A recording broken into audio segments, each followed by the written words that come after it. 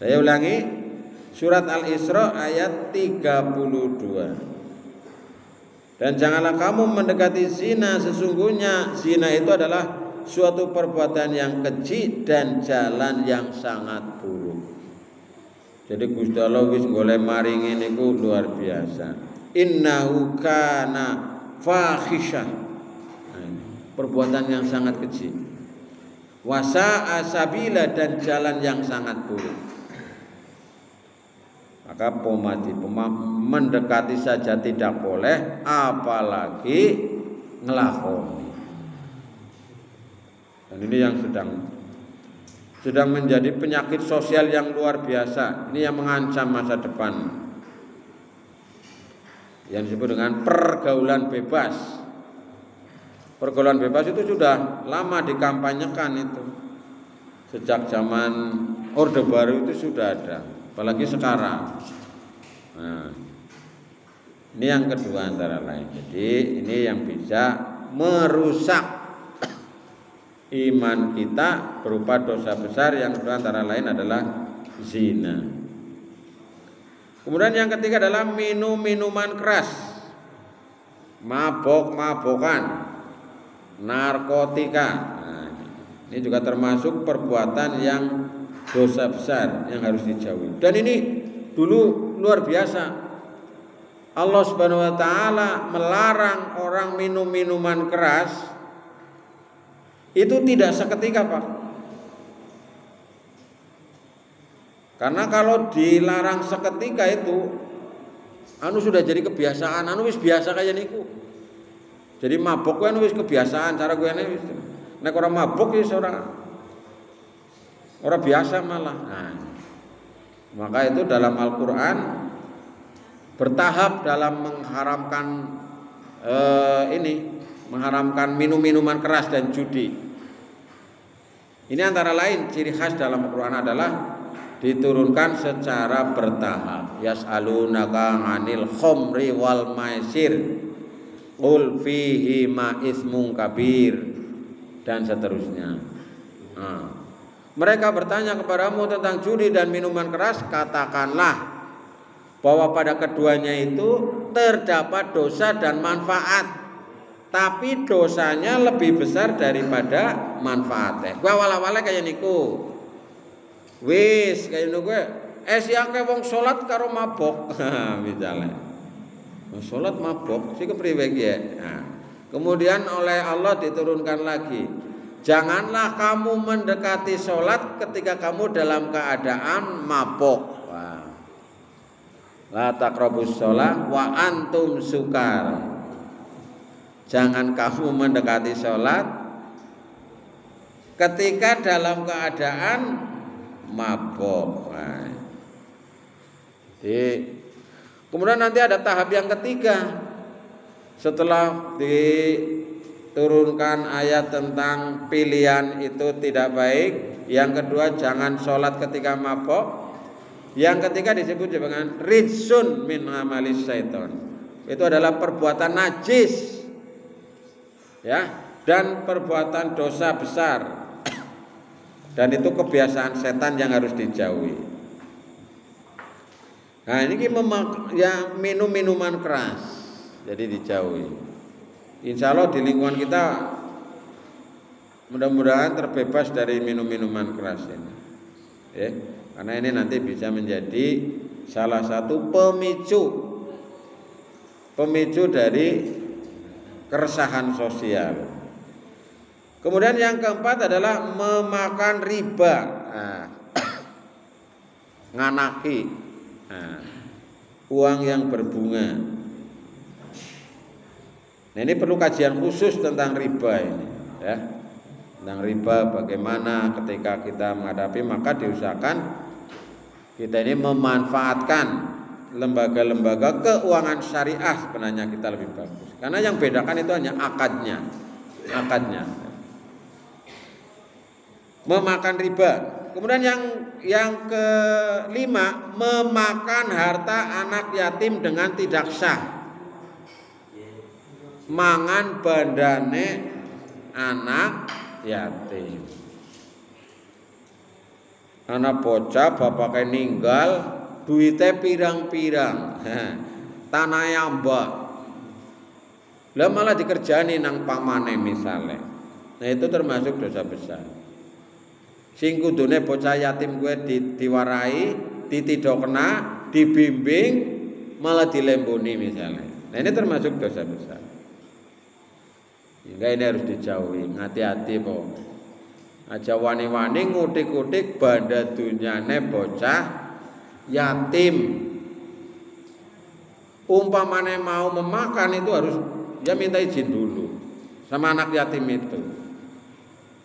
Oke. Kae wit gedang nang lor rumah, kae nak wis tua. Nggo lilik ya. Nah, ya niku. Nembung dulu, Pak. Oh iya, lik. Monggo mboten napa-napa. Nah, ngelilike mawon kula mboten pati seneng kali gedang niku. Jadi harus menyampaikan. Ini kadang-kadang yang banyak yang terjadi itu malah memanfaatkan kesempatan. Maka dalam surat Al-Ma'un itu diwanti-wanti. Ya. Ini termasuk orang-orang yang mendustakan agama. Ara'aital ladzi yukadzibu biddin fadzalikal ladzi yatu'ul yatim. Tahukah kamu orang yang mendustakan agama? Yaitu orang yang suka menghardik anak yatim. Termasuk dalam hal ini adalah dia suka memakan harta anak yatim.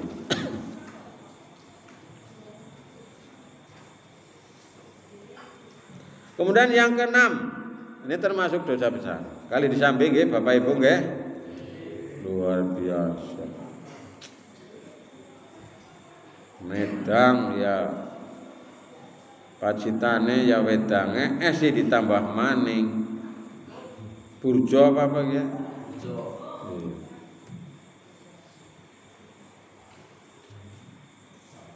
Yang keenam antaranya adalah durhaka terhadap orang tua.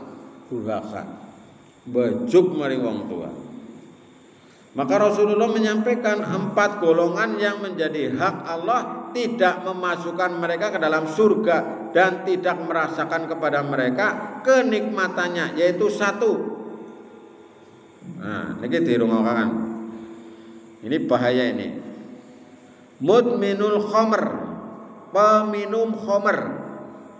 Kemudian yang kedua, wa akilur riba, orang yang memakan harta riba. Kemudian yang ketiga, memakan harta anak yatim dengan cara yang batil. Nah, ini. Wa akilu malil yatimi bi ghairi haq. Mangan banda yatim oleh tapi dengan cara yang ma'ruf, dengan cara yang baik. Nah, yang tidak boleh itu memakan harta anak yatim dengan cara yang tidak baik. Nah. Kemudian yang keempat yaitu mendurhakai ibu bapak kecuali mereka ini bertobat. Durhaka, bejuk maring bapak ibune, gawe larati. Ya, ulul walidain ini. Jadi ini hendaknya dijauhi. Jangan sampai mendurhakai kedua orang tua. Wong tua kudu bisa didik anaknya kon bakti, ora semata-mata kon dihormati. Kok tuh anaknya ngormati maring aku. Lah wong tuanya juga punya kewajiban mendidik anaknya supaya berbakti kepada kedua orang tua. Bagaimana caranya? Kita berbakti kepada orang tua dulu. Wong tuane dhewek dibekteni, dhewek karo mendidik anak kon pada bakti maring awake dhewek. Karena itu harus saling terkait. Ini. Orang kalau bakti kepada orang tua, insya Allah hidupnya mulia, hidupnya berkah. Tapi sebaliknya jenengan bisa niteni Pak. Nang dunia niki, ya orang usah diomong nak. Si fulan si anya nggak usah, tapi cukup dalam hati. Wong sing nglarani hati yang durhaka kepada ibunya, orang tuanya, hidupnya tidak berkah, tidak nyaman Pak. Silakan itu. Itu di dunia, baru di dunia. Jadi memang ini salah satu kunci kita meraih bahagia meraih ketenangan di dunia ini adalah dengan berbakti kepada kedua orang tua. Nah, durhaka kepada orang tua itu termasuk dosa besar. Karena diterus-terus narusak imanen itu bahaya. Maka hendaknya kita melatih diri kita berbakti kepada kedua orang tua. Bersyukurlah, beruntunglah sing esi pada duwe wong tua.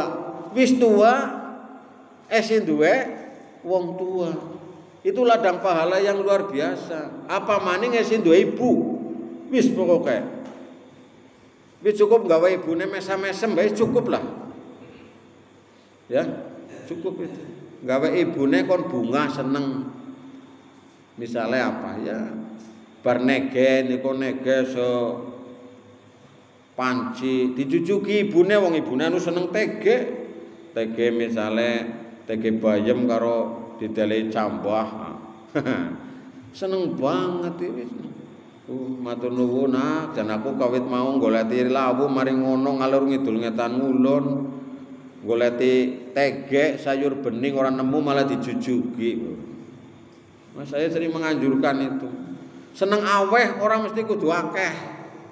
Sing penting seneng aweh. Saya termasuk hobi itu. Hobi kalau saya bukan kalau saya hobi memang. Kalau saya hobi saya diri saya. Saya itu hampir tiap hari beli sayur, Bu. Hampir. Ya tidak selalu tapi sering saya. Tapi biasanya ora tekan rumah. Sop beli sop misalnya. Tuku sop gue 2.500. Mendoane 1.500. 4.000. Bakule wis paham. Aku tuku 3 paket, Mas. Tuku 3 paket. Nanti kita kira siapa? Anu gelem ora ge. Tidak harus banyak, Bu. Tidak harus menunggu banyak. Jangan akeh. Lah sedekah kok iki didok-dok ya isin. Nah nek wis ana nganggo tapi kuwi ora dadi kuwe. Loh, aku ya kudune ya duren ya kuwe lho, masa awake kaya iki. Ya dibiasakan dari yang kecil, nanti kalau itu menjadi enteng kita. Monggo itu. Nah, ini Bapak Ibu, jadi harus dijauhi, jangan sampai poma durhaka kepada kedua orang tua. Wis, jenengan gawe bunga maring ibune wis cukup go mlebu maring surga, Bu. Kepenak uripe, jamin niku wis kok. Ibune lagi gerah ngapa? Dirawat dengan sepenuh hati. Aja jorok-jorokan. Kudune malah rebutan. Nanggonku bae lah dirawate. Aku kepengin bekti maring ibune mumpung esih urip. Ini ku Pak. Ngono nang kono lah aku sibuk banget iki jan ora kober dah wis. Dadi wong tua siji ngrumat bocah anake 10 kuwi bisa, tapi bocah 10 durung karuan bisa ngrumat wong tua siji. Ya. Ngono, ibune ngeramat anake 6. Ya lancar-lancar bae biasa bae, tapi titi mangsane ibune gerah. Ibune sakit. Ana bae alesane kuwe. Ana sing sibuk, ana sing ora koper, ana sing aku jam riangan, aku ora duwe. Itu kok alesane pirang-pirang. Nah, nanti dibuat alasan supaya itu menjadi sarana untuk berbakti kepada kedua orang tua. Malah ana sing dititipna akhirnya maring panti jompo. Maring ana aduh wis lah, men kono ora ngro besi, titipna bae lah, sing penting dewek. Wah. Nah ini, jadi ini kesempatan ibu-ibu untuk meraih kebahagiaan. Nah ini karena keterbatasan waktu. Yang terakhir ini ibu-ibu, termasuk dosa besar niku bahaya niki adalah mencuri dengan segala macam bentuknya. Nah, nyolong sing cilik ya nyolong gedang, nyolong ayam niku sing cilik-cilik. Maksudnya sing dihukum yang bisa kena hukum. Ayamnya tanggane lagi sabah ditemek. Didol misalnya. Nah, kan. Nah, sing gede-gede ngono kuwi tekan sing jenengane korupsi. Korupsi kan nyolong niku. Cuma bahasane alus. Sing kadang-kadang kalau jenengan sami ya korupsi jan kayak ngapa korupsi. Korupsi gue cukup nggeser 0 siji wis akeh, Bu. Geser 01, busak 01 kuwi anu gampangnya pol jaman siki. Ono ndelok nang dhuwur mengkene wis kok. Jane sing ribut kuwi nang dhuwur tok, pang nang isor anu ayem-ayem bae. Nang sawah kaya wong sing meneng sawah tukang daud, tukang matun, tukang gepyok.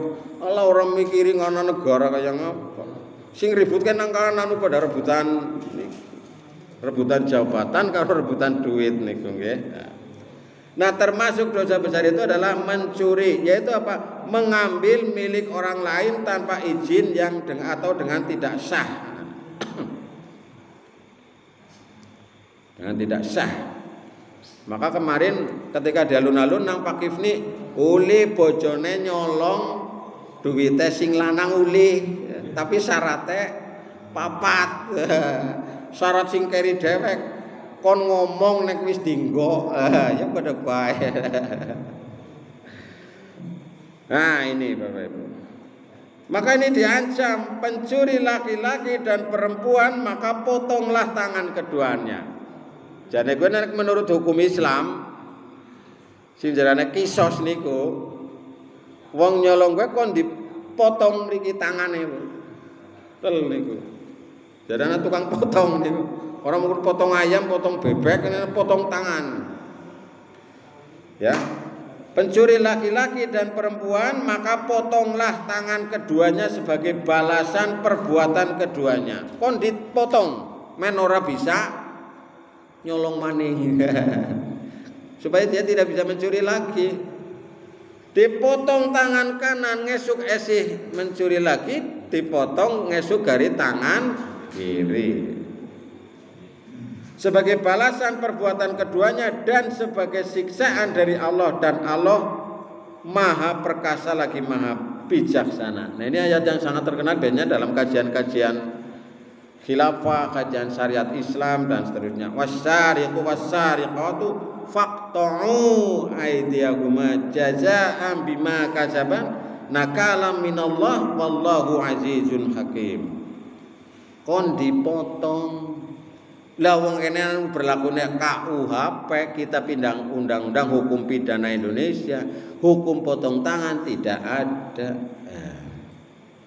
Tidak diberlakukan potong tangan. Anane di penjara. Nah, maka ini dimaklumi di penjara, dikurung. Nah, maka ini sebagai hukuman di dunia.